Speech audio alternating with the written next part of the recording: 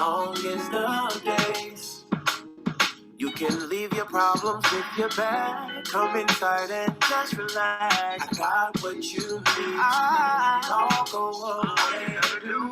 Put on your favorite song, pass through the grinder, and let your hair down. This backwards might be fresh. You can change your dress and get comfortable now. Leave the world behind. Drag along one time and see the universe from a bird's eye. This hazy room had my mind so clear. Lip to lip, shotgun to have you near. All you gotta do is hit this right here. Hold your breath, count to 3 and exhale your fears. Hazy room had my mind so clear. Lip to lip, shotgun to have you near. All you gotta do is hit this right here. Hold your breath, count to 3 and exhale your fear. TLC, it's just a little with THC. Smoke just a little bit. Girl, your body, babe. Just ignites me. Babe. Who's my high in addiction of mine? Glad your ego needs you all the time. Ever made love in the cloud. Ever made love in the cloud. TLC, it's just a little bit. THC, smoke just a little bit. Girl, your body, babe. Just ignites me. Babe. Who's my high in addiction of mine? Glad your ego needs you all the time. Ever made love in the cloud. Baby, let me show you how.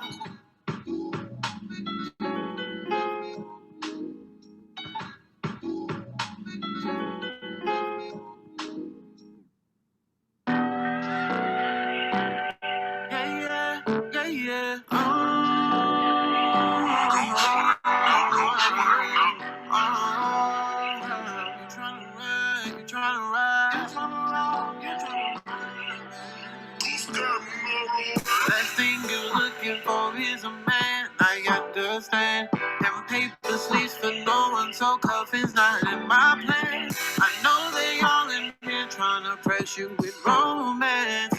Take this shot of Bombay and come on the floor and just dance with me, girl, dance with me, girl, dance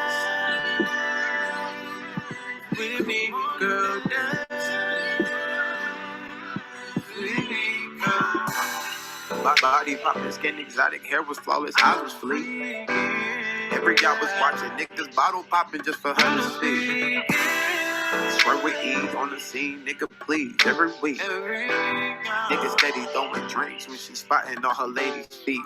All she hear is, can I take you on? Step out with her friends, but she feel alone. Waving sorry niggas left and right, not the easy type. She just wanna live tonight while I watch them all dismiss themselves. I tell my niggas one more time to excuse myself. I make my way to the bar where she gave top shelf. Got the stool on the left to introduce myself. Like, how you doing, mom? My name was Flash. Or the night that you had, and before you ask, you can keep your number, cause that's not my plan. Though your smile so when the body is hotter than summer, I can see it in your eyes. You ain't pressed forward, man. I got the red eye and fine shit. I'm booked till 9 before I get back to this grind. When I take this chance, all I ask is one song, that's all, one dance.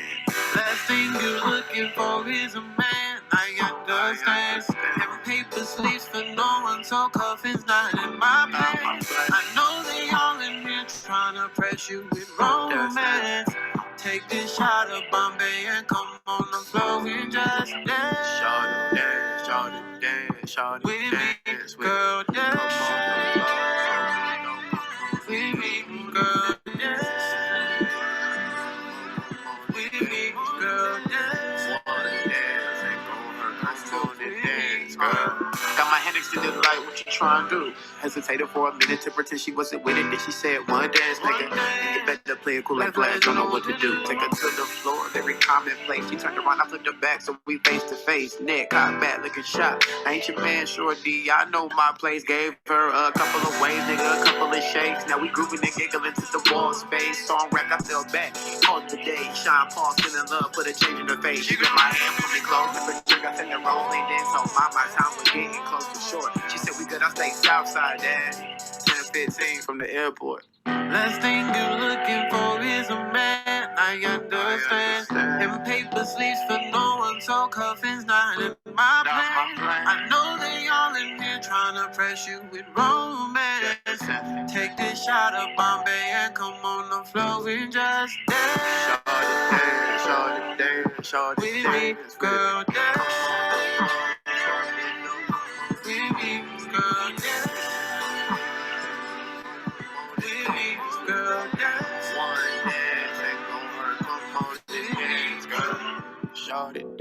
shout it, dance with me. Come on the floor, smoke that dope, come on and dance with me. Sit this Bombay, get you some more, come on and dance with me. One dance ain't gon' hurt, come on and dance, girl.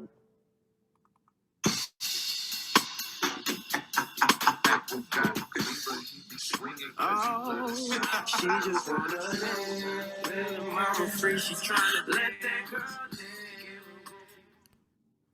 Hello, and welcome to Chez Bushwick's virtual recess performance series. My name is Elena Wilson, and I am company manager with Jonah Becker Arts Foundation.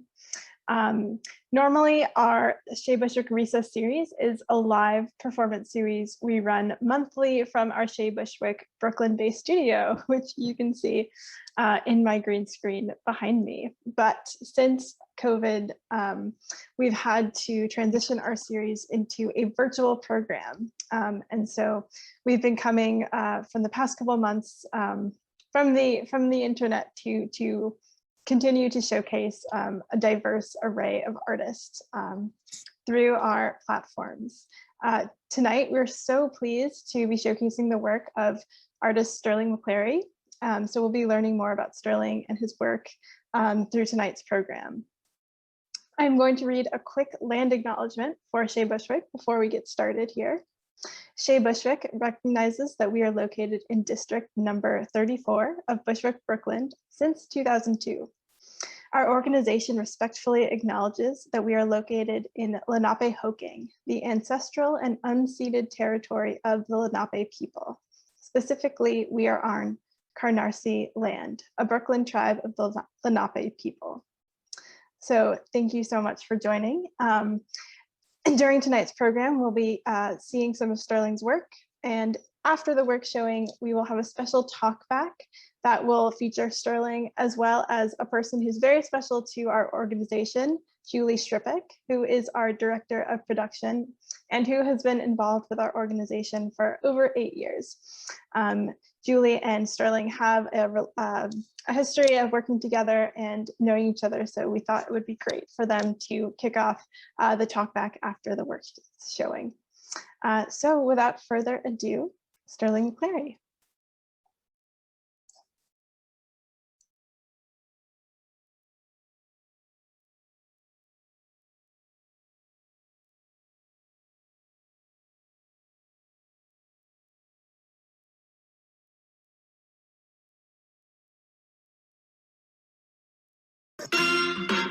I'm an actor, both on one stage and on camera. Now, sometimes what my mother likes to call gallivanting. I sing everywhere. I'm a dancer, like a dancer. I'm a teacher. I'm a counselor. I'm a mentor. I'm a motivational speaker. I'm an entertainer. But above all else, I'm a vessel. Here I go. Here I go. Here I go. Here I go. Here I go. No stop, no stop. I got this other than this. Oh, I like you. I think I'm just glad for a reason. Cause I hit that well. Here I go. Here I go. Oh, I like you. Cause they call me glad for a reason. Cause I hit it well. Here I go. I'm not a singer. I'm not a dancer. My name is Sterling McClary, and I am art.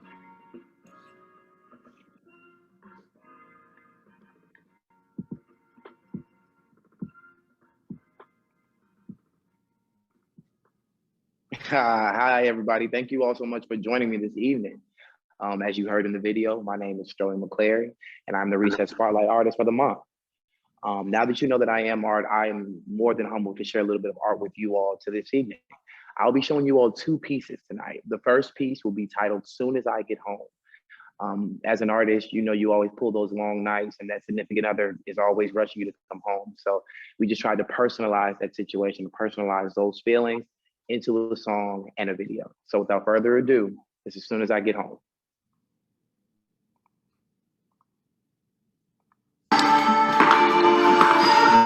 Oh, okay, so we still got stuff to do, and I ain't trying to be here all night. We gotta run vocals, and we gotta run this from the top. So, do the play music, please.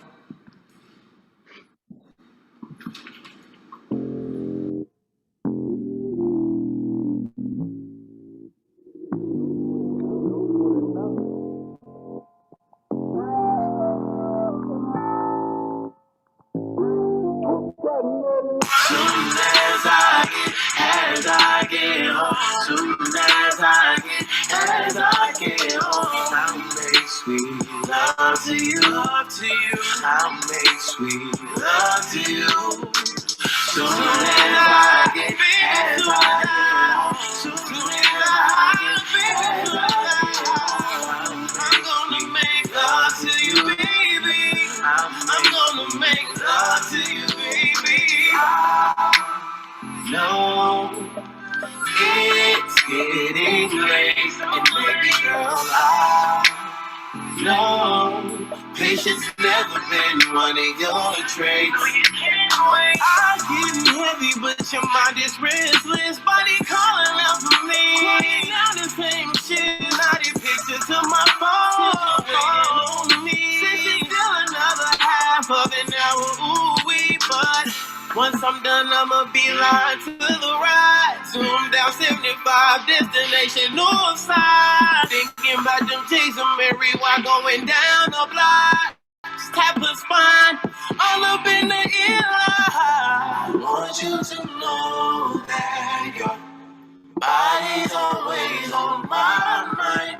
My only desire is waist up, hands tied from behind. Soon as I get home, soon as I get home, I'll make sweet love to you, I'll make sweet love to you, me, baby. Soon as I get home,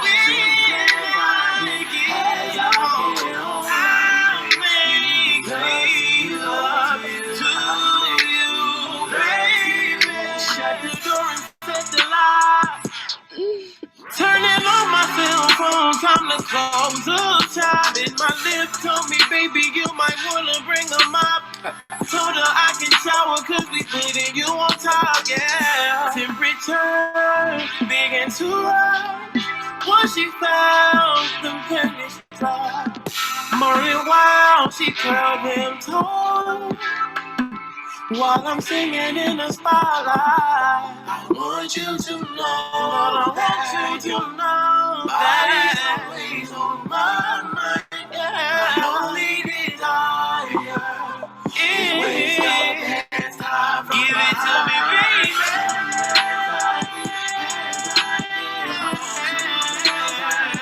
As I get home, I'll make sweet love to you, girl. I'll make sweet love to you.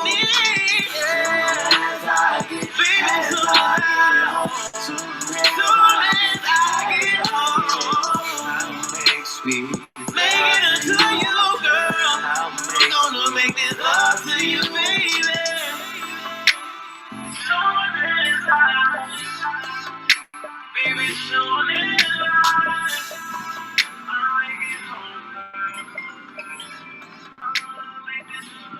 yo, yeah. We finishing up now. I'm on the way.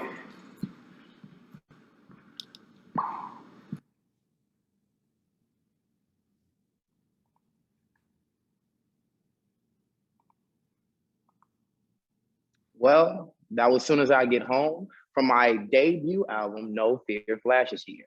The next piece will be coming from my second sophomore album, Duty Calls, and the name of this piece is called Soliloquy.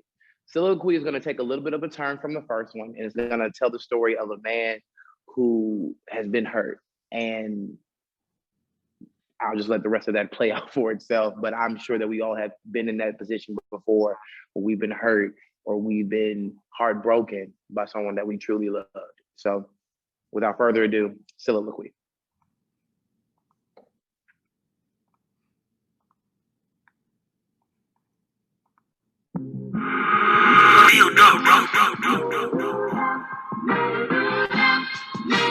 For somebody else now.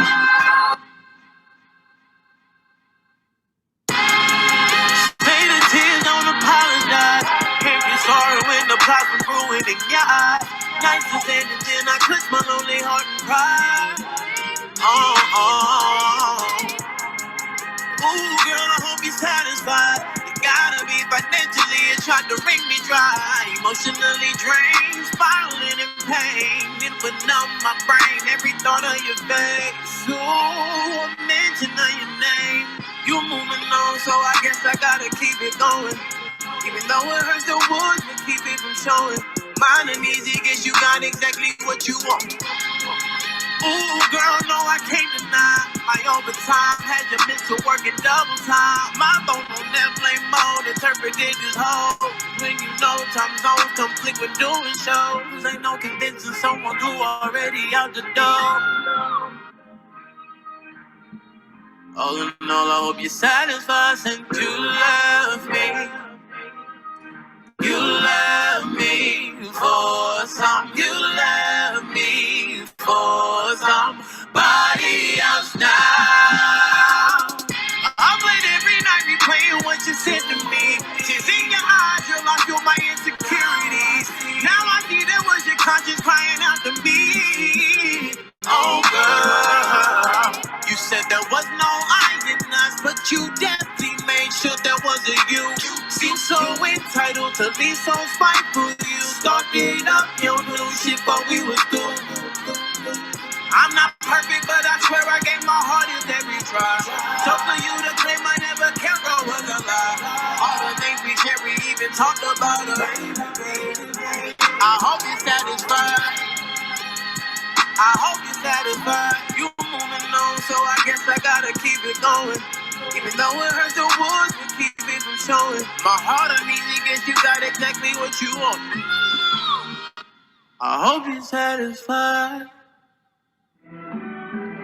I feel life's been so clear since you've been gone, and I feel so much better, so satisfied out here on my own. Oh, I feel so much better, yeah. Life's been so clear since you've been gone. I feel so better, so satisfied out here on my own.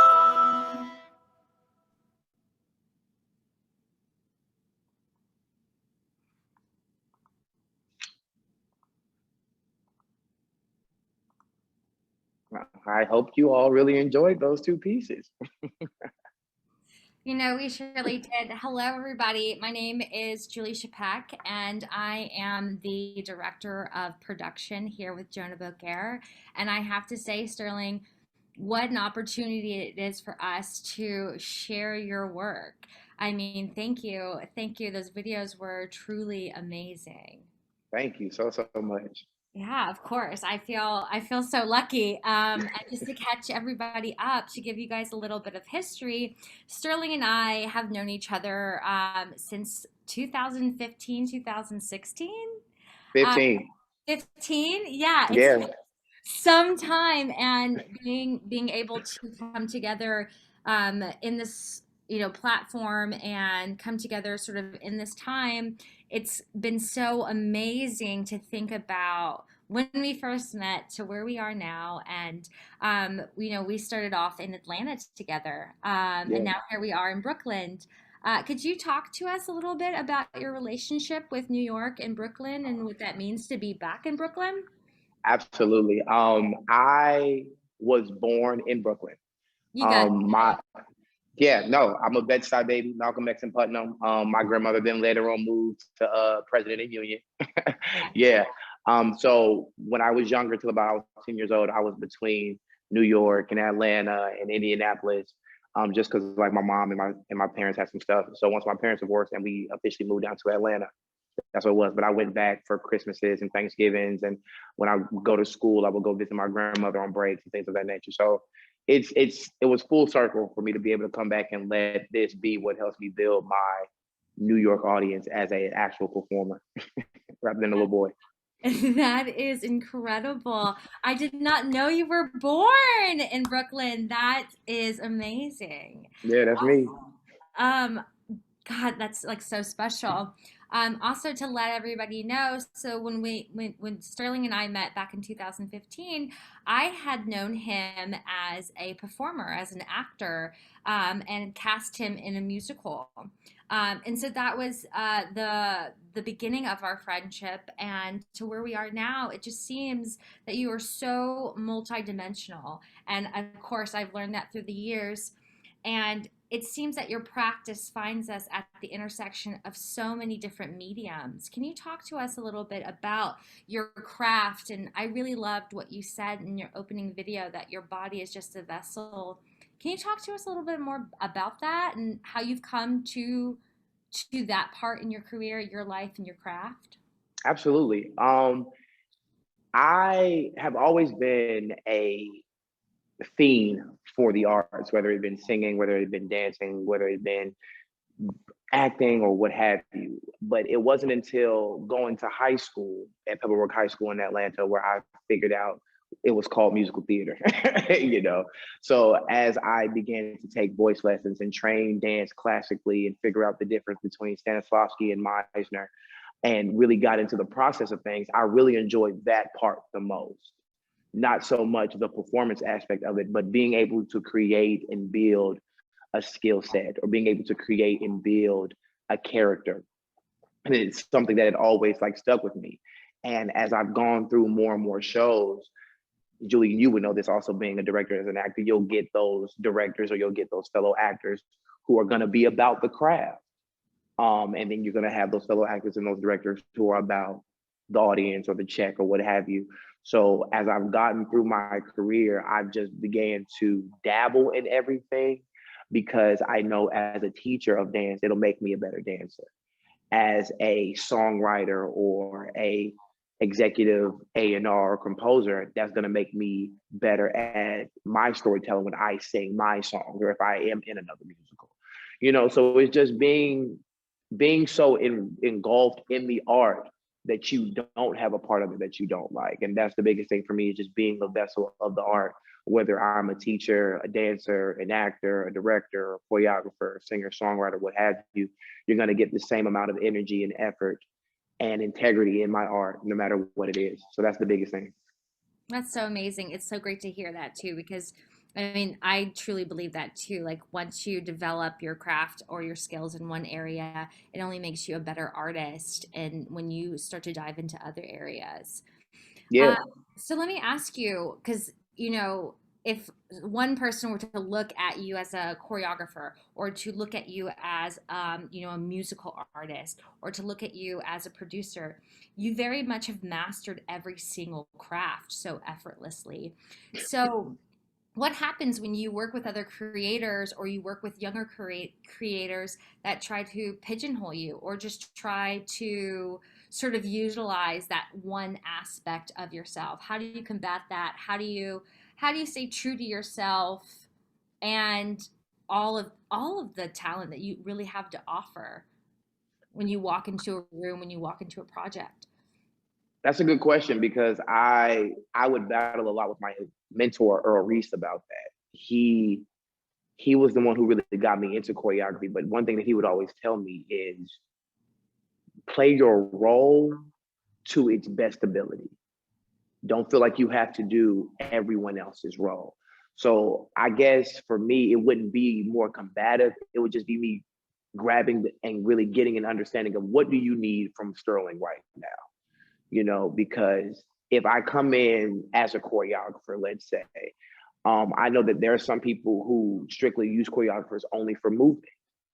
But then there are some people, when you have more dance heavy songs, they'll just say, hey, block it, take care of it, do what you need to do. So it's just really filling out where I am in the room and to what extent the title holds. Because, you know, as a performer, you have no reins until you're told by the director, you know? So it's one of those things where I can give my all into a dance and give my all into a song, and don't feel like I have to overstep about direction or choreography or things of that nature. But as you cross over into production, you want to make sure that not only are you not stepping on the director's toes as a choreographer, or vice versa, but you want to be able to give that energy that you would put other places into the choreography, so that way it can bleed over. They can use that choreography and those moments of you explaining to what the movements are supposed to be like and what the tone of it's supposed to be like, help them build their scenes, help them carry over that feeling into their songs, you know?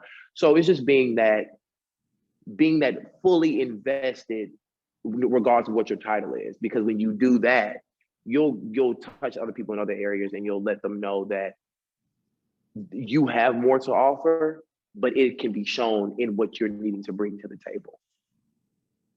God, that's such an amazing answer. Yeah.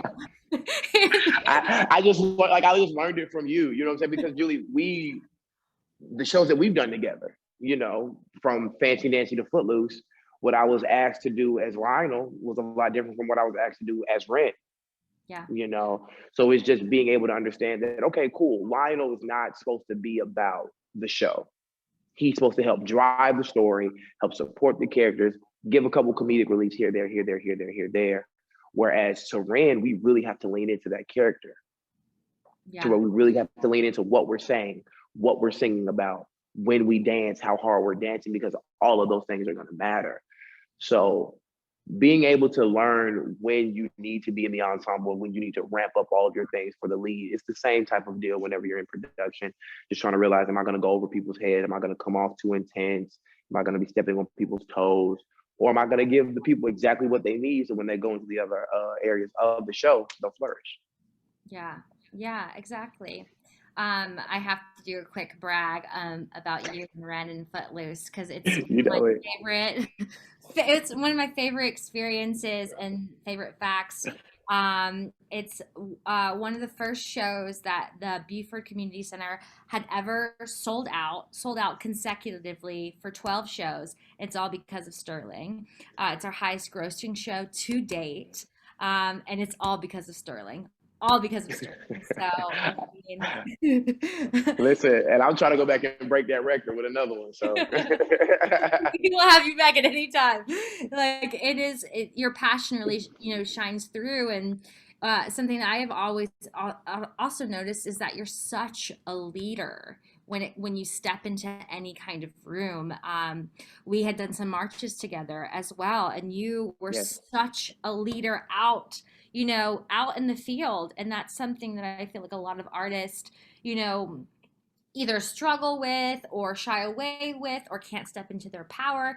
And you step into your power so effortlessly and you give it so effortlessly. It's quite remarkable. So when you're making these products, or you're making your stories in whichever medium, so let's dive into as soon as I get home. You said you're the producer, you wrote, you directed this, like you are the head honcho in so many layers. How does that work? Who is your team of? Do you have a go-to team? Can you split your focus between being a producer and being the lead and the anchor, visually? How does that work for you? Well, to begin, the reason why it's so easy for me to speak up and do those types of things is because I was fortunate enough to perform late, meaning a lot of people who sing and dance and do these things started when they were 3 and then become people. I was fortunate enough to just be a regular kid, play sports and things, be the middle brother until I was 16. So bringing my personality and the way that I do things to music and to entertainment was very effortlessly, just because I want to get it done. As far as when we create the pieces, specifically as soon as I get home, I do have a team. In the video, there was this neon V in a circle, and that's the name of the record company that a friend of mine from college and I bought. We decided that if we were going to do music, if we were going to do these things, we were going to do it properly. And whether we make $5, $500, $5,000, $5 million, it's ours. We don't have to split it with anybody. We don't owe anybody anything. It's going to be us. So the V stands for Visionaries, Innovators, and Pioneers, VIP for short. And when these people come together, these are people that I've been in college with or were childhood friends when I first moved to Georgia. So I trust these people. These are the people that I keep around me to let me know, and they'll tell me, this is a bad idea. This isn't working. You're flat in the studio. This doesn't look good. So it's easy for me to delegate and kind of micromanage so many hats because I have the team around me who will tell me no. It'll, with no explanation, no nothing. They'll just be like, "No, this ain't it. Let's try it again." And that's what you need as Yeah. somebody who is holding so many hats, because what can get difficult is when you are the director and the writer and the main guy and the producer, and you're trying to tell your own story. You think every idea is a good idea. Yeah. You know, nobody's there to tell you, "Oh, this doesn't flow right," or "This doesn't really look good," or "You might want to try it from a different angle." So particularly with this video, the team and I went through 3 different concepts. You know, just, okay, well, what do we want the video to look like? What do we think will give us the best aesthetic to do what we want the song to portray? So we went through a situation, a scenario of me actually driving to home and being with the girl. And they was like, "Oh, no, that's kind of cliche, like, no." And then it went to a situation of me being on the ship and we singing the song long distance. Like, we'll do it all through a FaceTime. They're like, "Oh, but that sounds kind of expensive." Both of these were my idea. And actually, it was my co-founder, Tori Thomas's idea of, well, why don't we just prep for a rehearsal? You know, do a rehearsal for a show coming up and you're actually late, so you're gonna be going home soon. So that way we keep that realism feel. We don't have to worry about costumes right now because our budget's not expensive. The cameraman can do what he needs to do and get all the shots that we need to do without moving locations. So he opened me up to not only being visually and aesthetically appealing, but fiscally responsible. You know, and it takes you being able to have teams like that and people like that around you. So that way, as a director, I can go, "You know what? That is smart. So here's how we're going to perceive it. And this is how we're going to make the vision come to life." But that's it. You definitely have to have people around you, because if you don't, it will take you a lot longer because you'll just have more bad ideas than good ones. Yeah. How long did it take you to cultivate a team like this? I know that you said some are childhood friends, but Yeah. did you find that there was trial and error with your team, or did you find that, I guess sometimes, when you're working with people who just get you, it just kind of falls into place. What was your experience like with creating your team?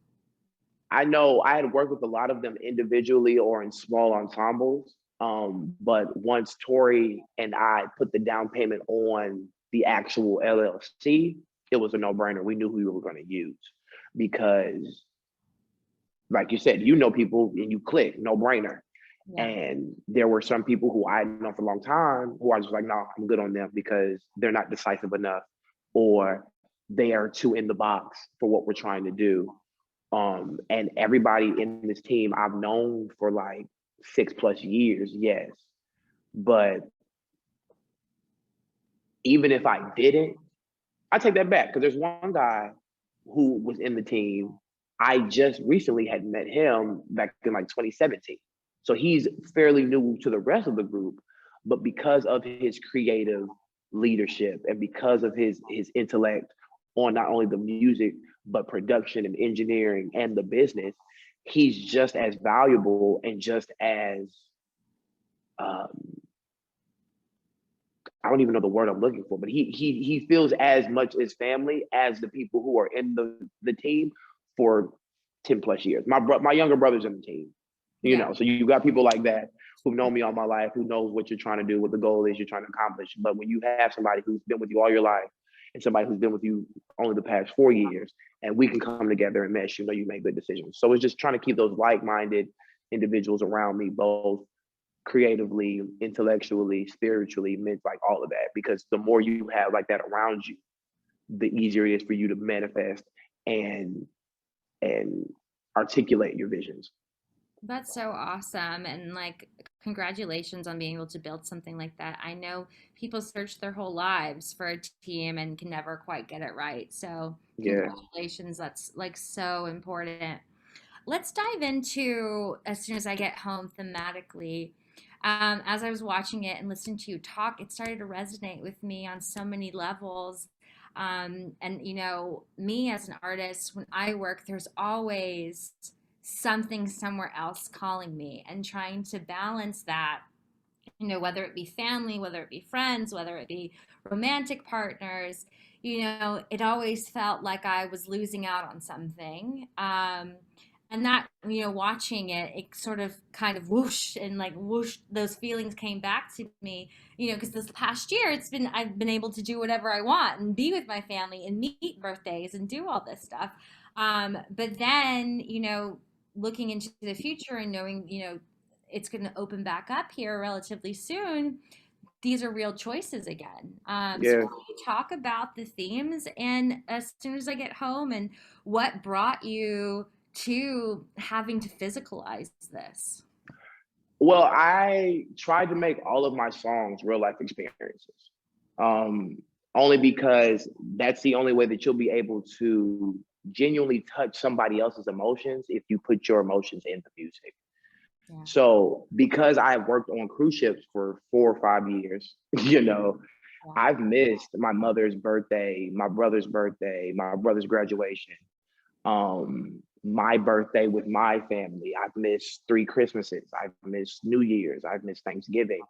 Um, so I have a very, very, very fond and vivid grip of people missing me missing home, almost having that FOMO almost of like, I'm not there, people are gonna forget about me. And in particular on the ship, I was going through a long distance relationship. So we all know how that goes, where the phone and all you can just say over 1,000,000 times is I miss you and I love you and I can't wait to see you and I'll be home soon. So when I had received this beat and I was writing the song, all I heard was soon as I get home, and I just kept playing in my head. And I was like, oh, well, I know what this means. It's just like, don't worry, like we gonna be home soon, and when I get home, everything's gonna get back to the way it was, because that's what happened when I got home from the cruise ship. You know, she was so excited to see me, I was so excited to see her, but more importantly, we got back to what we were. And I think whether you're a performer or you're in the Army slash Navy slash Marines, or you're an overnight worker, or whatever the case may be, you have that significant other, you have that child, that something that misses you and that you can't wait to get home to, you know? So physicalizing this song was just the easiest because I know everybody has that emotion to some degree, you know, regardless of gender, regardless of love, regardless of religion, regardless of what have you. You miss somebody, somebody misses you, and you can't wait to see them, you know? So we felt like with the song being so relatable on so many levels to so many different cultures and people, that doing the video and making it more of a performance style set and having it be a an inside look, a fly on the wall, as you will. Because, you know, again, so many people say that they would love to see the process of how shows are made, because they can't believe that 2 minutes and 30 seconds or that hour was what it was. So being able to combine those two feelings and those two emotions of, I miss you, I can't wait to see you, and God, I can't believe how you guys remember all that or do all of that, and bring that into a visual, we knew we were going to be able to keep the eyes that we caught. Yeah. What an amazing way to articulate such a large emotion, uh, Yeah. and history at that, you know, with your person. And now I have to do it to you. Let's get into that's the positive relationships. Let's get into the heartbreak here. Let's talk about like so that your last video, you know, is a side that I have never seen before. You know, we've always had such a professional relationship, and getting to see these more intimate works is just beautiful.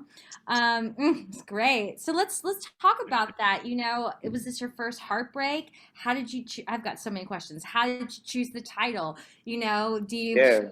do you come back to this when you find yourself in a hard place with new relationships? And I guess, well, let's start there, and then I got a good wrap up question for you. Okay, well, I got the title of the song from uh Ragtime, actually. You got it, getting great. No, my senior year of high school, I played Cole House Walker Jr. Okay. And like I've said, I've always fell in love with the process. So one of my favorite songs was Cold House's Soliloquy. So when I was 16, I was looking, I'm like, what does soliloquy even mean? And I looked up and it was an outpour of emotion. So I said, okay, cool. Gonna just keep that locked into the brain. This soliloquy and As Soon As I Get Home, ironically, are about the same person. You gotta be kidding. Oh, No, that's how it goes. no, because I have been with the girl that was about As Soon As I Get Home now for like 4 years. Yeah. So I started, around the time that we met, Julie. So I had started writing this music a lot of the time. So all of my happy songs were about her and whatever. So this was the first time that I had ever really felt hurt. Like and I hate to say it like this, but I've never experienced this type of heartbreak before. I'm usually the one breaking up with people. I really don't care, or whatever the case may be. So for how it to have played out the way it played out, I just didn't know what this was.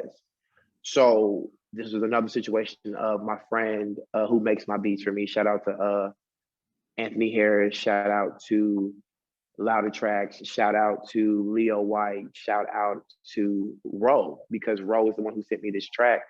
And as soon as I heard it, when the first little sample came in, I said, oh, I know this. I wrote this song in 15 minutes. You gotta be kidding. Again, it's one of those things that I was able to put my emotion into this song.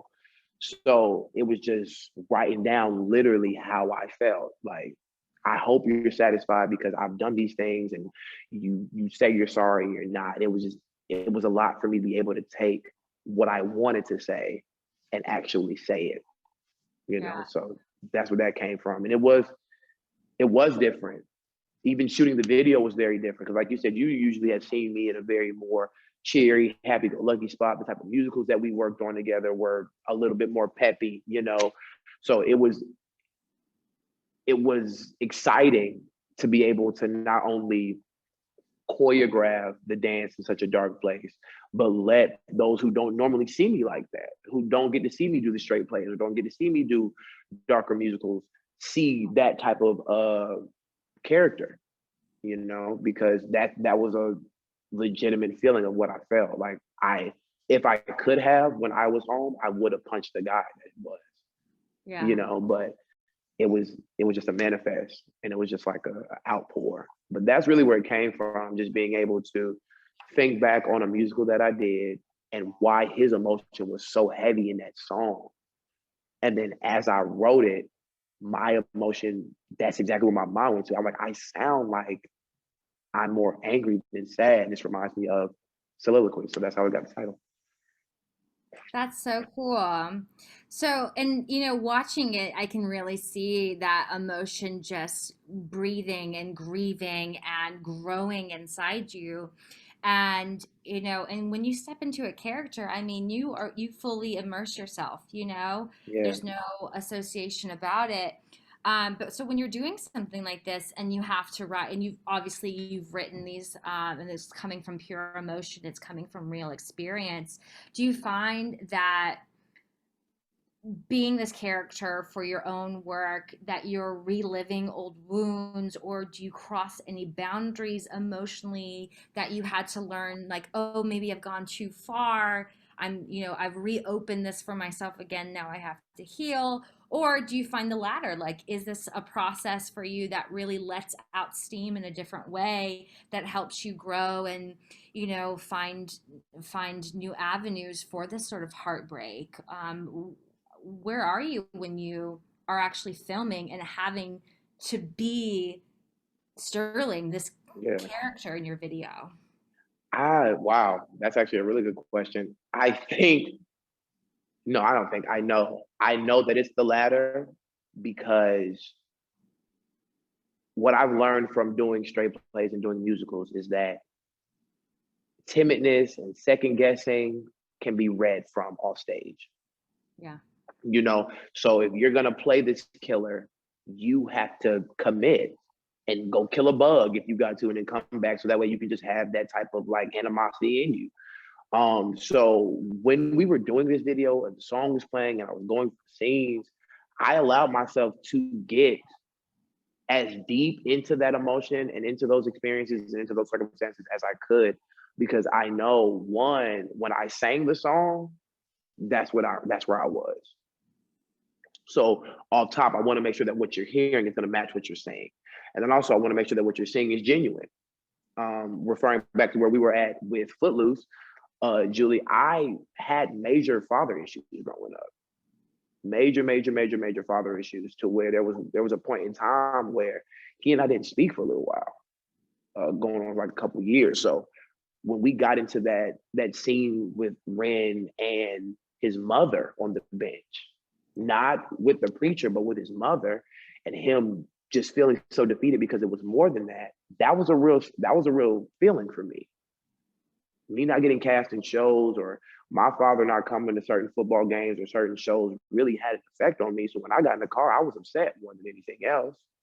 But to come full circle, to see my father come see Footloose in that capacity, you know what I'm saying? That opens up for growth and things of that type of, but you remember those things. Whenever you need to be angry with somebody and have that type of authoritative relationship issue, I think of my father, even though we're good now, but I know that those emotions are so in depth and they're so layered and they're so complex that we can bring those out and ride those emotions for an entire show. Yeah. So it's the same thing when you come to like making these visual concepts. If you've actually been through the types of things that you're writing about, that you're singing about, that you're rapping about, it's gonna make it easier for the video to have the genuine feel that theater has, because you're getting not only my heart, but my soul. Yeah. And that's the biggest thing, is just being able to allow those things to happen. And it'll cause you to think for a couple of days, like, I wanted to reach out to her sometimes, yeah, but not for anything in particular. It's just because of my mind just being in that space and just thinking about her, us, me, the time, the circumstance, the situation is going to cause your mind to wonder. But one thing I always tell my younger performers that I teach is, yes, be in the moment, but know that it was a moment and the moment will pass. So do what you need to do to get into the scene. If you need to cry, you need to yell, but know that once you call the scene, that's real life also. Just like you were mad and that moment has passed and that person walks away and they hang up, the scene has passed and you have to let it go. Yeah. So that's so awesome. It just, I keep telling myself also, especially just like getting through quarantine and the pandemic, and just listening to what you say about moments and that they happen. It's such a good example of just giving validation to our feelings and allowing them to be there for however long they need to be there, and then turning them into something that is greater and more beyond, is such an amazing, powerful tool. And there's no doubt that we see these in both of your videos here. Now, Sterling, you are a choreographer, you are a musician, you are a rapper, you are a producer, you are an actor, tell me what else, you are 10 million things. Okay, so we'll just start from the top. I'm a singer, I am a songwriter, I am an executive A&R and composer, meaning that I will help arrange production both in the beats and in people's vocals. For music and industry music, I am a rapper, I am a dancer, classically and commercially. I am a choreographer, classically and commercially. I am a teacher. Yeah. I am a mentor. I am a director. I am a playwright.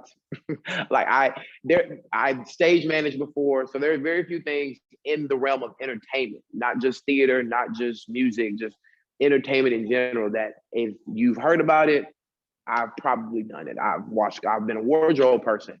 I've been a creative director for photo shoots. So I love it. I love the arts. I love entertaining people. I love building entertainment, so I am art. Yeah, that's so, I mean, that passion is just so prevalent and like, God, it makes me want to get up and fucking do something, you know? Um, Thank you so much for that. I mean, I said it earlier and I'll say it again, like in every single department, you are a master at your craft. I mean, I look at you when we did our first show together, we did Damn Yankees and you were a baseball team member. And I went and I watched every single one of those shows. And I'll tell you, we had our leads and I loved our leads, but my eyes were always going to you because you just had so much heart and you just lit up and filled whatever room you stepped into. And that was something that was just so captivating. And, it helped me grow and learn as a person. And I can't thank you enough for that. We're almost, at our allotted time here. So I kind of just want to wrap up with one last question, Sterling. You've had such great things to say about your work, such great things to say about the craft. But, if we have younger viewers here, we have a stream of interns that are associated with Jonah Beaucaire, and they're always learning to expand their craft or grow or ask themselves who they are. So, to ask you if you had anything to say to upcoming interns or upcoming vessels or just upcoming masters in their specific craft, what would you say? I am a firm believer of God, first and foremost. So I believe that the Lord won't put any ideas or thoughts into your head that would be too big for you. So if I could let you all know anything, know that the moment is never too big for you. If anything, you are always bigger than the moment. If I would have listened to my director when I was in high school, I would have not even went and auditioned for colleges, let alone be the performer that I am. So if you think it, do it. Faith without works is dead, absolutely. So you're gonna have to do some work, a lot of work. But know if you do the work and you had the manifestation yourself, there's no reason why it won't come into fruition if you do what you need to do. Because that's what I believe. I was told I was too small. I was told that my list would hold me back. I was told that I started too late and a plethora of other things. But yet here I am, sustaining myself as a full-time artist. So young people, there will be doubters, there will be haters, there will be naysayers, there will be dream killers, there will be pessimists.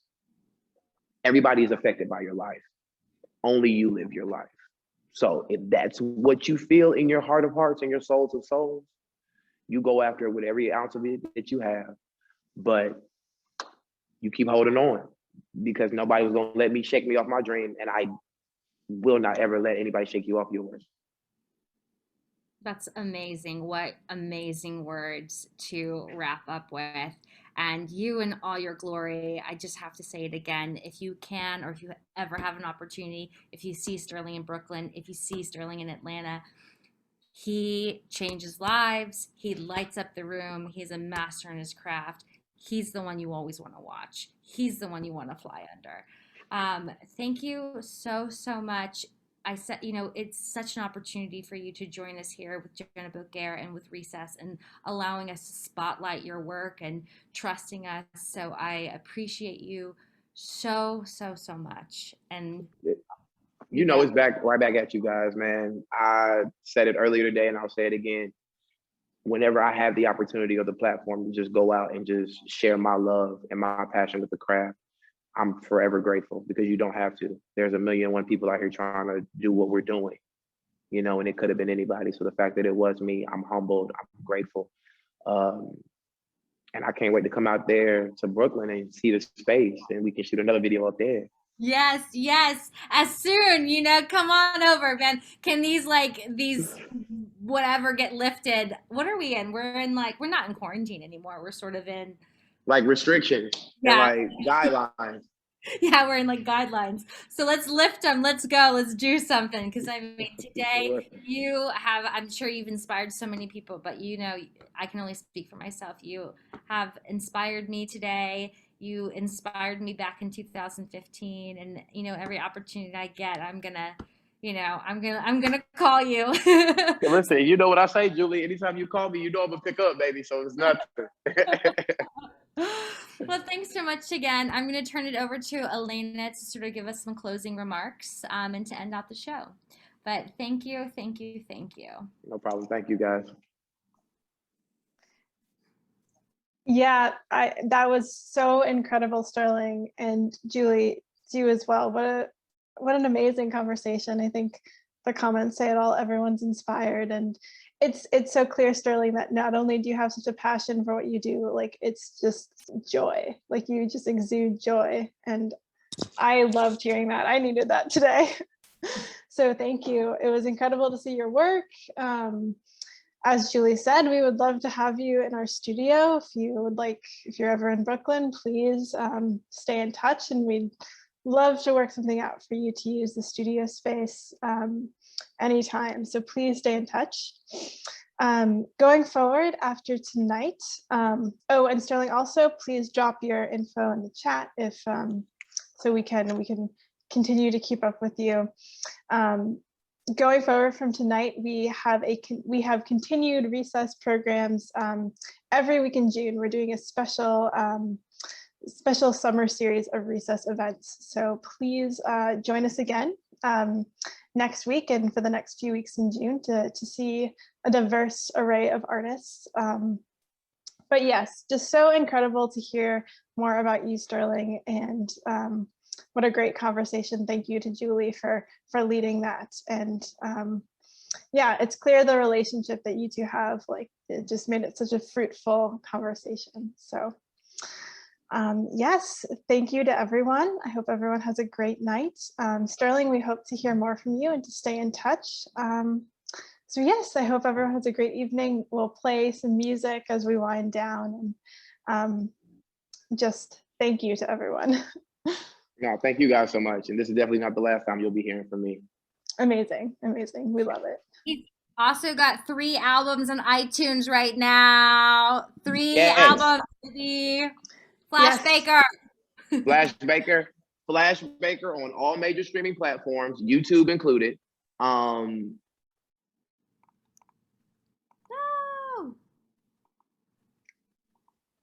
Oh, Sorry, can say you hear that me? one more Yeah. time. Mhm. No, you're fine. All major platforms, Flash Baker. Flash as in the superhero, Baker like the baker's man. IG handle, THE_Flash11. That was my rugby number. I played rugby also. And then for those of you who want to follow me on Facebook, it's just simply Sterling McClary. That's so awesome. All right, guys, we're going to close out. We're going to be playing some songs from his album. Go get it. Peace and love. Thank you, everyone. Thank you.